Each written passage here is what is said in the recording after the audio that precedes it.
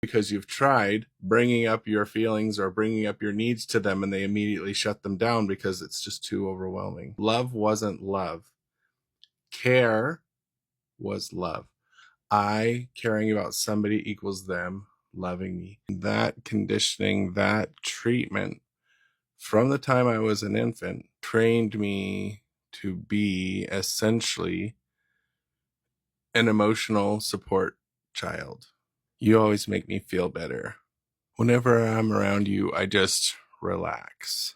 You've got such good energy. I love coming around you.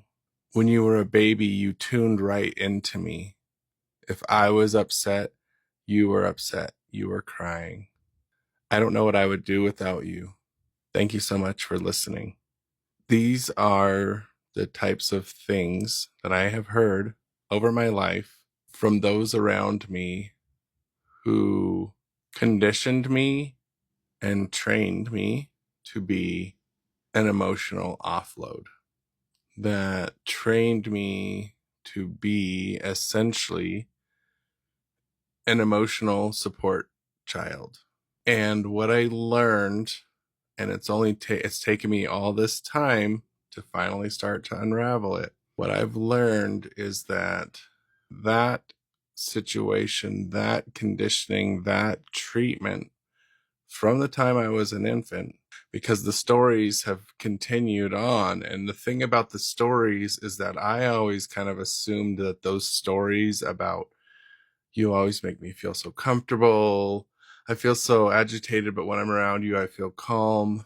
Like all of these stories, which I felt were praise on me for being a good person in their life, for being a steadying force, all these things that I felt proud of the fact that I was that way are like indictments of the fact that I was made to be this emotional offload. I was essentially this emotional, I can't say it better, emotional support child.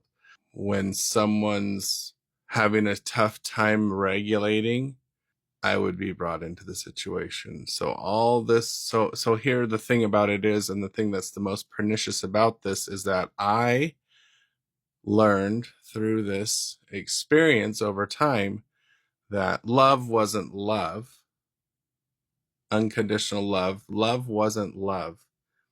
Care was love. So if I cared for someone, if I regulated their emotions, if I came to them when they were feeling down, made them feel better, then I was worthy and I was loved. And what this did is that I never learned that love was love. I never felt like I was loved unconditionally. I felt like I was loved if I was performing a duty, and that duty was to soothe, to make feel better, to help regulate the emotions, to help translate the emotions, to help calm somebody down. And so what I found was that in my life now, what I find myself doing is putting myself in situations where I am a provider of care to people around me, because I feel like that will entitle me in whatever small way to love. I caring about somebody equals them loving me. Even in the fact that I know, or I knew, now I know, in those type of situations, the person being cared for often does not have the capacity to actually show. They show gratitude in being soothed and being calmed and being listened to, but it's not a reciprocal relationship. 48 years later, after the infant that always cried when they cried, always was tuned into the emotions. And I've even built my identity around this. People call themselves empaths. People say that they tune in to the emotions around them.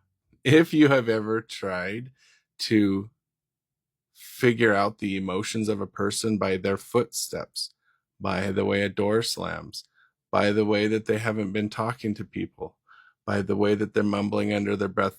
All these things are the skills, for lack of a better word, of somebody who has been tasked with always being vigilant to watch the emotions of another person. And when those emotions get to a certain point, like the fire squad coming in, to soothe, to comfort, to help regulate. And these are things that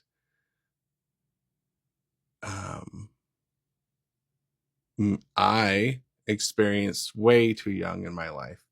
These are adult type regulations, not child type regulations. So, but I'm learning. I'm learning. I'm trying to understand myself. I'm trying to understand and figure out what healthy relationships look like. I'm trying to figure out and learn what I should be looking for in those around us. And most importantly, I have started to finally show up for myself and realize that my needs, because that's one of the most pernicious things about growing up in this type of environment, is that your needs are not valid and your needs have to be suppressed because you need to have 100% of your devotion, 100% of your attention focused towards helping the needs of the other person. And you know, because you've tried bringing up your feelings or bringing up your needs to them, and they immediately shut them down because it's just too overwhelming. Now you also have to regulate the fact that they're overwhelmed because you've brought up even just the simplest need. So be sure to follow me if you like these videos. I love doing them, even though they are not always easy. Healing journey, overcoming trauma, going through deconstruction. I just want to share what I'm going through in case it at least even helps one other person. So be sure to follow me if you like these videos. Share this video with somebody that you feel might get benefit from it. And that's going to do it. Thanks a lot for listening. Bye.